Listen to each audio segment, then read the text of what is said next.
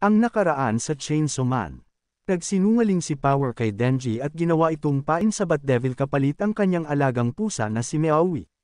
Pagkatapos ng matinding labanan, natalo ni Denji ang Bat Devil at iniligtas si Power kahit na natrap siya nito kapalit ang paghawak sa mga suso.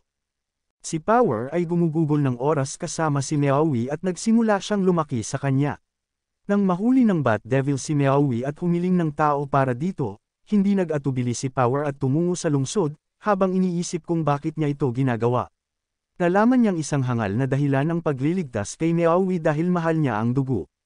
Gayunpaman, napagtanto niya kamakailan na ang dugo ay mainit at ito ay kaaya-aya sa pakiramdam. Nagising si Power na hawak niya si Meowie at hawak ni Denji. Nakita niya ang Bat Devil na patay na at nagtataka kung bakit iniligtas siya ni Denji habang tinangka niyang patayin siya. Itinuro niya ang kanyang dibdib at gusto niya itong hawakan, ngunit sa tingin niya ito ay isang hangal na dahilan. Humingi siya ng paumanhin sa panlilinlang sa kanya at dahil ligtas si Meowie, hahayaan niya itong hawakan siya. Natuwa si Denji at itinaas ang kanyang braso, ngunit nabigla ito sa sandaling iyon. Pagkatapos ay kinuha ng Linta Devil ang kanyang braso at kinain ito. Hindi makagalaw si Power at sinabihan si Denji na kunin si Meowie at tumakbo. Hinila ni Denji ang kordon sa kanyang dibdib, ngunit isang maliit na chainsaw lamang ang dumating at naisip niya na siya ay kulang sa dugo. Hulaan ng Leech Devil na pinatay ni Denji ang kanyang lalaki, ang Bat Devil. Nakita ng Diablo na cute si Denji at type niya, kaya nagpasya siyang palayain ito. Nagtataka si Denji tungkol kay Power at Meowie, ngunit nilayon sila ng Diablo na patayin. Nang marinig iyon, naghanda si Denji na lumaban at sinabi ng Leech Devil na siya ay mamamatay din. Habang nagsisimula silang maglaban, tumakbo si Denji sa paligid upang iwasan ang kanyang mga pag-atake.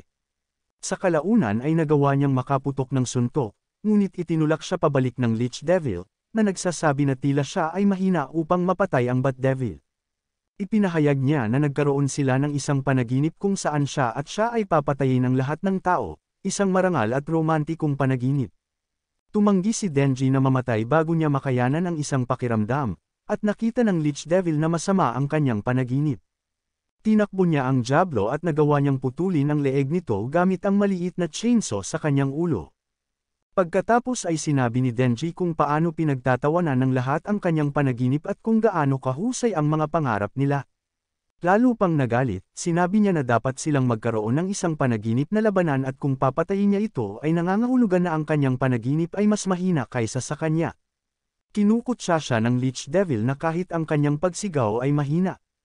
Pagkatapos ay tumakbo si Denji sa kanya, iniiwasan ang kanyang mga pag-atake, kinuha niya ang isang bituka at sinimulang balutin ito sa paligid ng Leech Devil, na nagpaluhod sa kanya. Nagiging mas ligaw ang laban nila habang nagpapalitan sila ng suntok at si Denji ay nagsimulang kumilos ng mas baliw at baliw. Sa kalaunan ay tumalon siya sa kanya, ngunit natusok ang kanyang dibdib gamit ang dila na natalo siya. Nang kakainin na siya nito, nagpakita si Aki at ginamit si Kon, kinakain ang ulo ng Leech Devil kasama ang Fox Devil. Humingi ng pahintulot ang Fox Devil kay Aki na lumunin ang Leech Devil at ibinigay ito ni Aki. Kinumpirma ni Aki ang pagpuksa sa Leech Devil at inutusan ang mga newbie Devil Hunters na sumama sa kanya na magsagawa ng search and rescue. Pagkatapos ay hiniling niya kay Hameno, bilang isang senior, na magbantay para sa higit pang mga demonyo. Nagising si Denji sa ospital, kung saan sinabi sa kanya ni Aki na natagpuan nila ang kanyang braso at kailangan lang ng ilang pagbubuhos ng dugo upang muling ikabit. Sinabi ni Denji na si Aki ay mukhang medyo palakaibigan sa Fox Devil. Ipinaliwanag ni Aki na ang mga Devil Hunter ay nakipagkontrata sa mga demonyo upang labanan sila.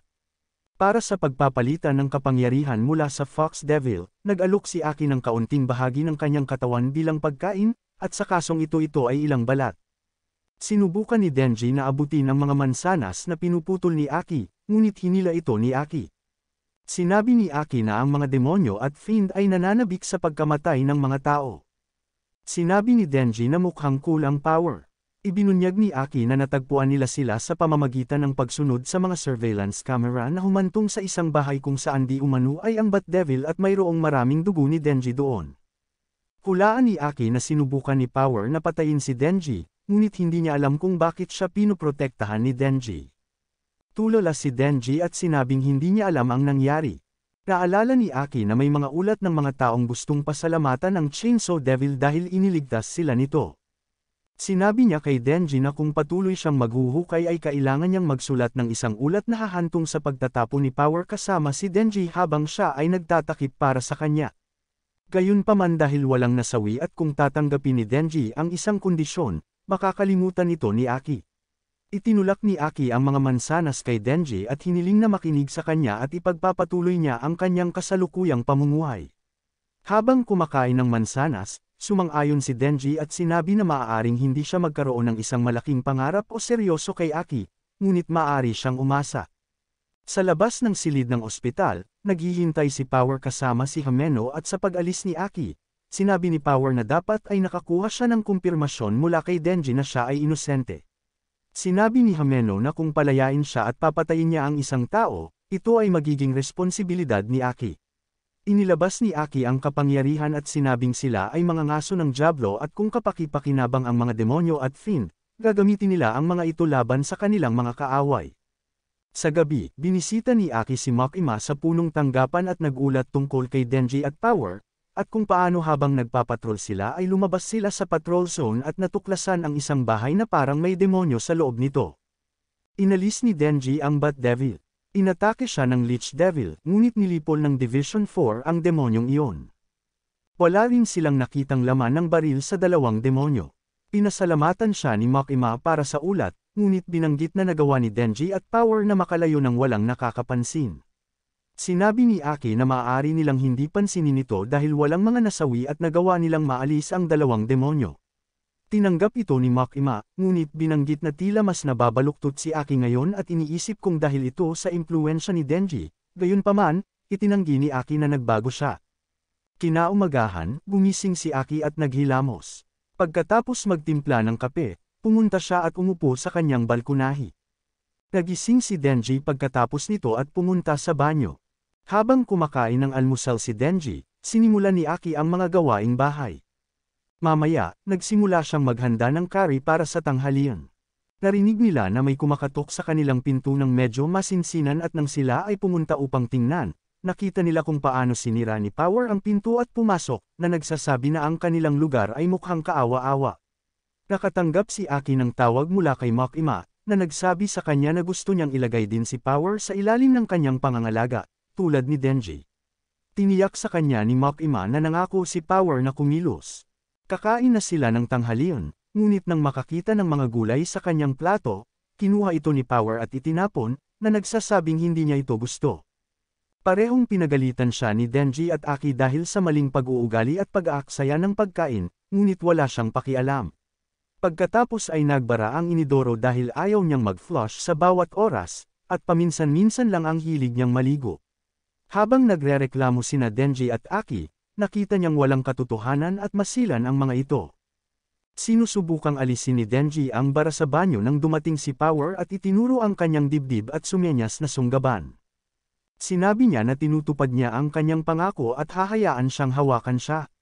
Nakaupo siya sa inidoro at sinabihan siyang may 3 pisil siya, isa para sa pagligtas kay Meawi, isa para sa pagpatay kay Bat Devil at isa para sa pagprotekta sa kanya mula kay Aki.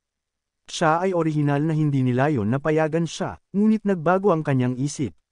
Tuwang-tuwa si Denji, naisip niyang isa siyang anghel.